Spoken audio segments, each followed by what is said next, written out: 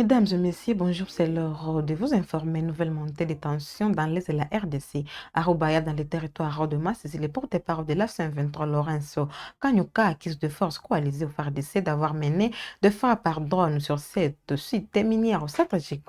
Au même moment, le combat s'intensifie aussi à Minembwe. Les détails dans cet élément.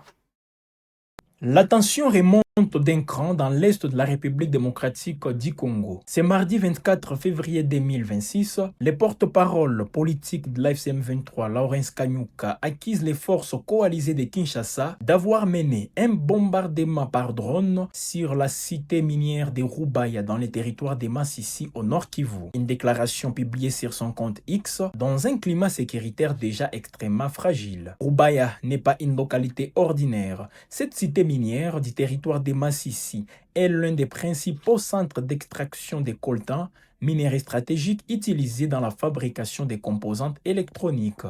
Contrôlée par la rébellion de la FCM 23, elle représente un enjeu économique et militaire majeur. Selon Lawrence Kanyuka, des drones des forces alliées du gouvernement congolais bombardent aveuglément la zone, dénonçant une violation flagrante du cessez-le-feu. Aucune confirmation officielle indépendante n'était disponible dans l'immédiat. Pendant ce temps, plus au sud, la situation des mers explosives à Minembwe dans les hauts plateaux des Fizi au sud Kivu. Les forces armées de la République démocratique du Congo, appuyées par les miliciens Wazalendo et des contingents burundais, ont intensifié la pression sur les positions des Twirwanéo alliés à l'AFC M23. Des affrontements et des frappes des drones signalés à la mi-février auraient provoqué d'importants déplacements des populations civiles, accentuant une crise humanitaire déjà préoccupante dans la région. Dans le territoire de Masisi, l'AFC M23 multiplie depuis plusieurs jours les communiqués dénonçant les violations du cessez-le-feu. Les mouvements rebelles évoque notamment des attaques le 22 février contre plusieurs localités dont Katoi, Luke et Kasenyi. Des sources locales rapportent toutefois des pertes de positions rebelles face aux offensives conjointes des FARDC et de leurs alliés. De son côté, Kinshasa rejette les accusations et impute à l'AFCM 23 la responsabilité première de l'escalade. Alors que les lignes de front évoluent et que les accusations se multiplient, l'est de la RDC semble s'enfoncer un peu plus dans une spirale d'affrontement où les civils paient une fois encore les prix forts.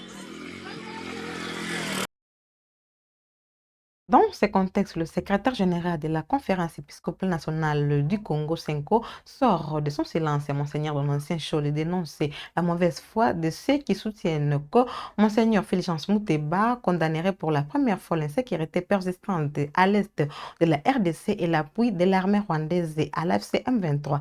Selon lui, le président de Senko s'est exprimé à plusieurs reprises sur ces questions. Ces précisions sont ici. Quand j'ai vu les réactions sur l'allusion faite par le président Lasenko de l'appui du Rwanda au M23, j'ai dit mais c'est soit on a affaire soit aux ignorants, soit aux hommes de mauvaise foi simplement. Parce que ce n'est pas la première fois. Allez revisiter les textes de Lasenko, vous verrez que plusieurs fois les évêques, membres de Lasenko et Monseigneur Fulgence EDC là, ont nommément cité le Rwanda.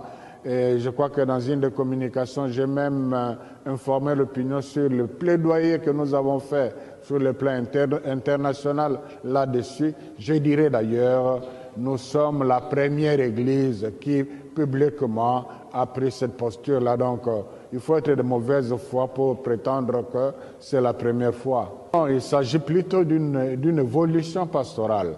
On a condamné plusieurs fois et on a constaté que le résultat attendu n'était pas là. Il fallait faire autre chose et autre chose, c'est justement l'initiative Pacte social. Donc, ce n'est pas qu'on s'est tué, mais on est dans une autre démarche pour pouvoir donner la chance à ces dialogues, à ce consensus national. On a pris cette posture pastorale, donc il s'agit d'une stratégie pastorale. À l'ouverture du forum provincial sur la menace des ADF organisé hier lundi à Béni, une voix dissonante se fait entendre. Le militant du mouvement citoyen Lutte pour le changement Lucha, Clovis Moussouva, a exprimé son amertume face à l'absence des ministres de la Défense et de l'Intérieur pourtant attendus à ces assises. Selon lui, ces désistements traduisent un manque d'intérêt du pouvoir central pour la situation sécuritaire dans la région. Suivez ses propos. Alors, c'est d'abord une très bonne initiative, mais j'ai un sentiment de regret, de désolation, parce que en voyant les autorités qu'on a présentées, je n'ai pas vu un seul qui vient de l'exécutif. Ça veut dire le pouvoir central, parce que vous savez, la question des ZIF émane du pouvoir central. Ici, en principe, le ministre de la Défense devrait être là.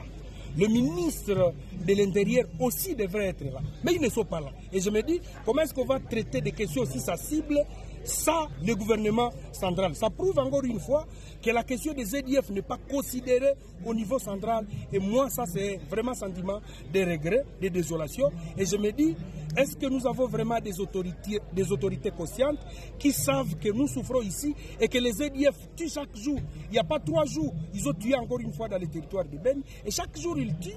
Mais vous voyez comment est-ce qu'ils prennent des questions aussi importantes qui devraient soulager tant soit peu la population à la légère, et on est sacrifié. Sur la table de décision, la question des ZIF n'est pas là. Mais bon, quand cela ne tienne, on est là, nous sommes venus participer, mais avec les mêmes autorités que nous connaissons, que nous avons ici, le gouverneur de la province, celui de l'Assemblée nationale à qui nous avons vu, nous lui avons donné des recommandations auquel nous passons qu'une fois. Cette fois-ci, cette chambre ne sera pas seulement une chambre de garçons de course de la présidence, devrait jouer très bien leur rôle, mais en principe, on devrait être ici avec celui de la défense et de l'intérieur au moins pour prouver que le pouvoir central prend en considération la question des édits. Mais il y a le chef d'état-major général des FARDC, il est là. Mais il est là depuis beaucoup de temps, il est là pendant au moins 1 mois. Mais lui, ce n'est pas en tout cas la solution. Parce que lui, c'est comme un instrument du pouvoir central. Le pouvoir central lui guide ce qu'il doit faire. On devrait en principe être ici avec ceux-là que je viens de citer. Donc lui ne pèse pas par rapport au ministre de la Défense qui devrait lui donner des ordres. Également celui de l'Intérieur. Surtout qu'ils ont été annoncés dans ces forums. Ça, c'est un sentiment de considération.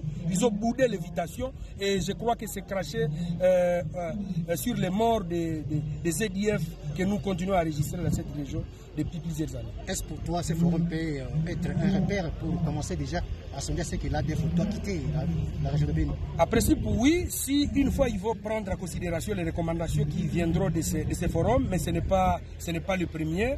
Nous le faisons chaque jour et les autorités ne prennent pas en considération malheureusement les forums, tels que je l'ai dit au préambule. D'abord, ils n'arrivent pas dans ces forums, le pouvoir central n'est pas là, le ministre de la Défense et celui de l'Intérieur. Et je ne pense pas vraiment qu'il y aura grand-chose, surtout qu'ils ont délégué. Ils ne devraient pas déléguer dans ces forums. J'ai appris que le ministre de l'Intérieur est parti rouvrir la frontière de Burundi et Uvira. Cette question devrait attendre s'il voulait vraiment être là. Ou alors il devrait par exemple envoyer celui de l'intégration régionale et venir considérer cette grande question parce que les ZIF c'est depuis plusieurs années. Et voilà, ils ont saboté et vraiment c'est un sentiment de regret et je condamne. Le fait d'avoir accepté de répondre à cette invitation signifie que vous avez un apport quelque sorte dans ce... Effectivement, nous avons des propositions parce que tout le temps nous le disons. D'abord, nous, on l'avait dit avant l'instauration de l'état de siège qu'il faudra évaluer sérieusement les opérations à court, ce qui n'était pas aussi fait. Malheureusement, nous sommes partis à l'état de siège qui a lamentablement échoué 5 ans. Aujourd'hui, nous pensons qu'on doit lever cette mesure, on doit réévaluer les opérations à court, voir quel est le commandant qui a fait bien son boulot, on le maintient, et celui qui n'a pas fait son boulot doit être muté également. D'autres. En République démocratique du Congo, la réforme de l'administration publique franchit une nouvelle étape. Le gouvernement annonce la mise à la retraite de 1200 fonctionnaires dans le cadre de la 4e vague engagée par le ministre de la fonction publique Jean-Pierre Liaou. Une décision présentée comme un levier de rajeunissement et de stabilisation des effectifs. Reportage.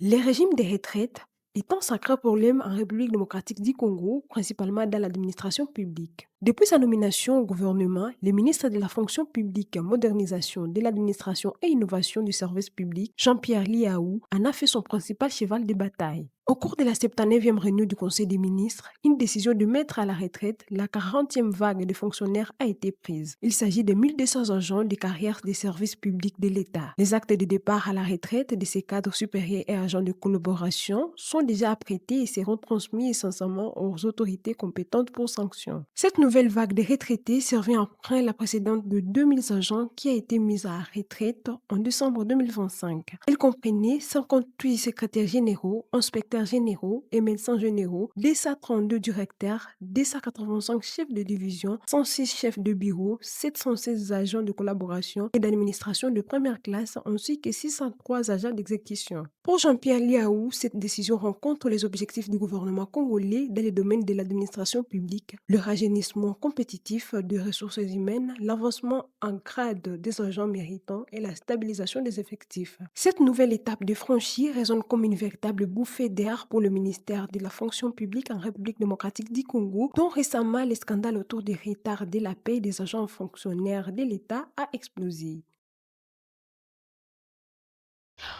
Insolite, à Bokungu, un directeur d'école primaire affirme être le fils d'Étienne Tshisekedi et revendique un lien de fraternité avec l'actuel chef de l'État, Félix Tshisekedi. Exprimant à Lingala, il sollicite publiquement une rencontre avec celui qu'il présente comme son frère, évoquant une ressemblance physique qu'il juge évidente. Installé dans cette localité enclavée de la province de la Chuapa, cet homme qui se dit Tshisekedi oublié affirme vouloir sortir de l'ombre. Ses propos sont ici. À son Excellence le Président de la République démocratique du Congo. Excellence, ngai nabotami na 1968. Na bomwana, mama abandaka kobengisa ngai na nkombo ya Kinshasa. To Tshisekedi. Mama abotami na 1935, nde akufi na 2005. Liboso ya kokufa, ayebisi ngai azwaki zemi na ngai na Kinshasa, na mobali moko nkombo Tshisekedi. Kokokana na maloba wana, mingi ya bakongole balobi ngai na yo tozali ndenge moko tokokani penza. Elingi koloba nazali moko kati na yo, mwana ya Tshisekedi père. Okoki kobengisa ngai, tomonana mpe tosolola te. Adresse na ngai. Non, Lokombo Boko Tirage, province de la Chuapa, territoire Bokungu, secteur Loando, groupement Nkombe, village Lokumbo. Monsala na ngai, directeur primaire ya EP Efomi Lokole. Okatanga poursuit sa modernisation. Un nouvel aéroport au standard moderne est en construction et le port Biaï sera bientôt ouvert à la circulation. Le gouverneur intérimaire Martin Kazembe, accompagné des élus provinciaux, a effectué lundi 23 février une visite d'inspection de ces chantiers d'envergure. Reportage. Il s'agit pour Martin Kazembe Choula et son gouvernement d'un devoir de redevabilité envers la population de sa gestion de la chose publique. Le gouverneur intérimaire a conduit ce lundi 23 février 2026 le bureau de l'Assemblée provinciale avec à sa tête son président Michel Kabwe-Mwamba sur différents chantiers à travers la ville de Lubumbashi. Première étape, l'aéroport international de la Loano. L'entreprise turque Souma installe sa base. 117 conteneurs de matériel sont d'ores et déjà entreposés. La fondation pour la construction du terminal sur une superficie de 13 000 m² est terminée et le bâtiment va bientôt sortir de terre. Au finish, le nouvel aéroport de la Loano verra notamment 4 avions accostés simultanément. Le gouverneur intérimaire Martin Kazembe Choula a rassuré l'entrepreneur quant au financement des travaux, à la fois en provenance du gouvernement central et de la part de son gouvernement. De là, l'autorité provinciale et le bureau de l'organe délibérant iront s'enquérir de la question des démolitions des maisons construites dans la servitude de la RVA.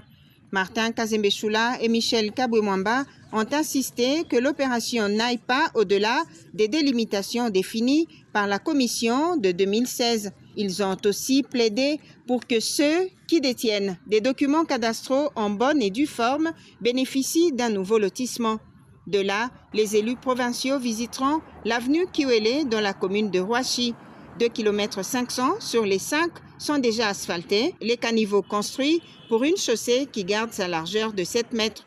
Pour désengorger les avenues Kilela Balanda et de la Révolution, l'exécutif provincial a construit à neuf l'avenue Loubilanchi prolongée, a construit des caniveaux de part et d'autre et a entamé la réfection totale en parallèle de l'avenue Idiofa. Ces travaux ont été confiés à l'Office des voiries et drainages. Le gouverneur fera voir au bureau de l'Assemblée provinciale les 2 ponts majeurs en chantier de Lubumbashi. Le pont Biaï, dont les travaux sont achevés, l'ouvrage a même de supporter 60 tonnes, 10 mètres sur 10, plus 1,50 m de part et d'autre pour les passages piétons. L'heure est aux travaux de raccordement avec la chaussée pour ouvrir le trafic. Plus loin, au pont Kasungami, dans la commune annexe, l'on procède aussi au raccordement. Le pont mesure 10 mètres de large, 75 mètres de long, pour plus ou moins 120 tonnes. L'ouvrage sera remis fin mai. Le gouverneur envisage d'asphalter la chaussée de 2,3 km pour déboucher au quartier Kasungami, reliant ainsi les communes annexes et de Katouba. Suivant la population, la délégation s'est arrêtée sur l'avenue Upemba, tronçon, boulevard Katouba et foyer Katouba très dégradé. Martin Kazembe-Choula a instruit l'Office de voirie et drainage à débuter les travaux à partir de ce mardi 24 février 2026. Martin Kazembe-Choula conduira par la suite le speaker du Parlement provincial et son bureau tour à tour au nouveau palais de justice et au lycée Tchondo.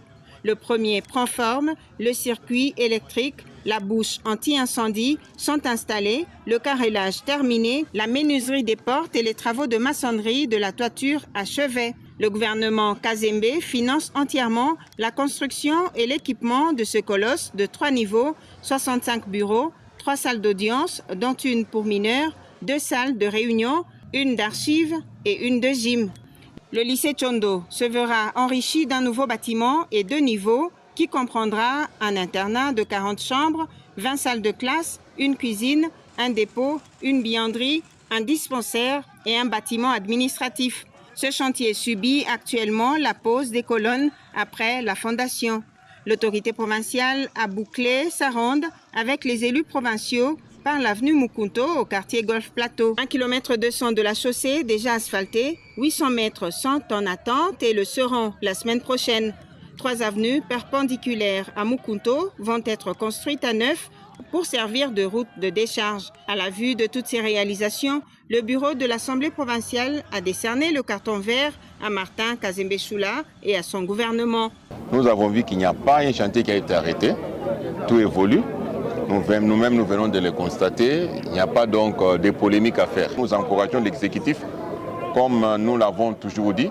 Nous travaillons main dans la main pour booster. Jusque-là, nous pouvons donc donner déjà 85%. C'est quelque chose, c'est une grande distinction. Donc on peut donner carton vert, hein, comme on dit chez nous. Ce carton vert du législatif provincial à l'exécutif constitue sans nul doute un blanc-seing pour faire davantage en faveur de la population selon les recommandations du chef de l'État, Félix Antoine Tshisekedi Tshilombo. Terminons en sport. Après des années de transition, la Fédération congolaise de football association s'apprête enfin à tourner une page décisive. Le comité de normalisation dirigé par Belinda Lutandila a dévoilé ce lundi le calendrier des élections avec un point d'orgue. Le scrutin du 11 avril 2026, c'est pour élire le nouveau président de la FECOFA. Des élections préalables sont prévues en mars au sein de l'UG national. Pour en savoir plus, suivez ce reportage. Des années de transition après, la Fédération congolaise de football association va finalement connaître un nouveau président élu. Ce lundi, le comité de normalisation que dirige Madame Belinda Lutandila a rendu officiel le calendrier des activités électorales à la FECOFA qui seront précédées par des scrutins aux différentes entités connexes. Le grand jour est prévu le 11 avril 2026, date de l'élection du nouveau président de la fédération. Celle-ci sera précédée par les élections du président de la Ligue nationale de football des jeunes le 9 mars, celui de la Ligue nationale de football féminin le 10 mars et celui de la Ligue nationale de football le 11 mars. Le poste de la présidence de la Fédération congolaise de football association est l'un de très convoités en RDC, notamment pour des raisons stratégiques liées à la position qu'occupe le pays dans les paysages footballistiques africains et mondial. C'est surtout un poste très exigeant qui requiert de la grandeur des différents candidats. Il doit être quelqu'un qui aime le football et son pays, a déclaré Vidier Chimanga à propos du profil idéal pour diriger la FECOFA. Il doit avoir les moyens, a poursuivi le président des Aigles du Congo, qui a dit attendre du prochain patron de l'instance fêtière du football congolais la capacité à sortir le pays dans les marasmes dans lesquels il est en train de nager. En attendant, d'anciens footballeurs internationaux congolais avaient déjà exprimé leur volonté de prendre les rênes de la FECOFA sans les manifester officiellement. Cependant, les candidatures les plus loquaces sont celles de Olivier Safari, président de la commission des arbitres à la CAF, ainsi que Véron Mosengo, actuel secrétaire général de la CAF. C'est par cet élément que nous clôturons ces actualités. Mesdames et messieurs, n'oubliez pas de vous abonner, de cliquer sur la cloche de notification pour ne rien manquer sur votre chaîne Obinfo Télévision. Portez-vous bien.